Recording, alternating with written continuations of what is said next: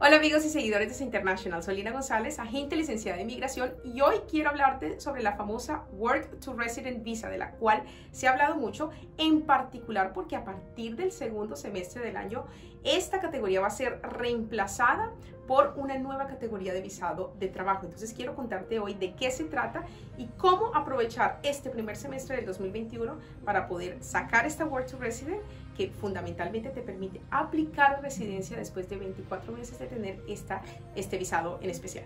Empezamos por contarte que la famosa Work to Resident o esta categoría de talento, que también le conocen muchos, tienen tres grandes categorías o tres grandes tipos de visado.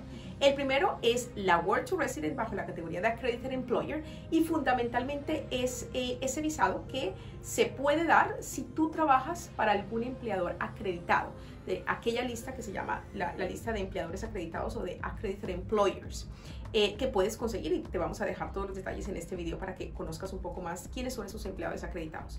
¿Qué es importante tener en cuenta en esta categoría en particular?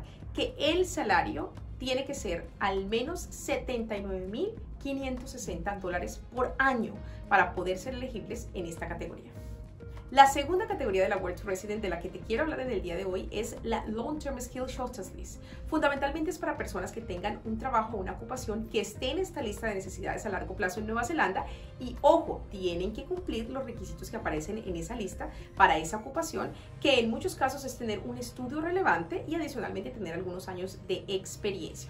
¿Qué es importante recordar en esta lista? Es que necesitas tener el trabajo, no solamente es decir, yo tengo un título, por ejemplo, de ingeniero, es también tener el trabajo en esa área.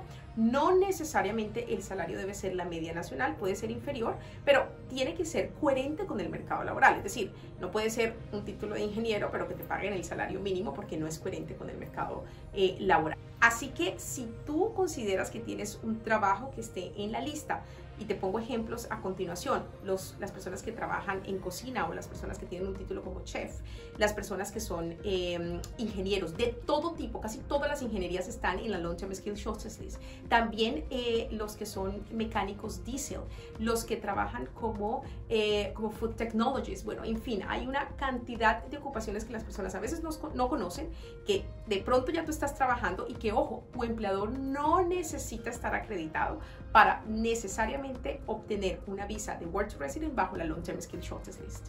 Y la última categoría de la que te quiero hablar es esa Work to Resident bajo la categoría talento, para aquellas personas que tengan un talento excepcional y que tengan también evidencia de un reconocimiento excepcional en el área de deportes, sports, arts o culture o cultura. Hemos sido exitosos, y te vamos a dejar ejemplos por aquí en este video de clientes que, sobre todo en el área de deportes, han aplicado esta visa con nosotros y hemos sido exitosos.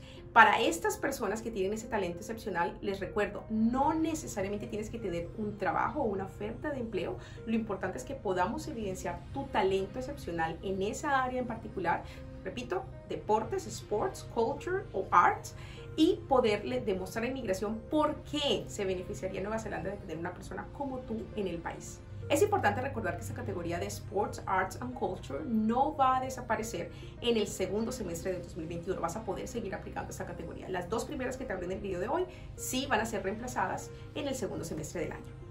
Y finalmente, la buena noticia que también quiero darte es que las personas que aplican a la Work to Resident, que luego de 24 meses teniendo este visado quieren aplicar a la residencia en este camino o en este pathway que te da la Work to Resident, no tienen que cumplir el requisito de inglés de tener un IELTS de 6.5, lo cual es súper positivo para aquellas personas que creen que no van a pasar una prueba de inglés. Entonces ese principal aplicante no va a necesitar necesariamente demostrar el nivel de inglés. Y bueno, la invitación final en el día de hoy es que nos contactes, por supuesto. Aquí estamos todo un equipo de profesionales para brindarte la mejor asesoría, contarte qué puedes, qué no puedes hacer, si cumples o no los requisitos, y aprovechar sobre todo lo que queda en este primer semestre de 2021, que es absolutamente crítico para sacar ventaja de esta categoría de Work to Resident y poder concretar tu camino a conseguir la residencia en Nueva Zelanda. Nos vemos en un próximo video. Chao, chao. Suscríbete a nuestro canal de YouTube. Todo el tiempo estamos publicando información relevante para que conozcas cómo es venir a Nueva Zelanda y poder establecerte. Da el paso. Hazlo con SE International.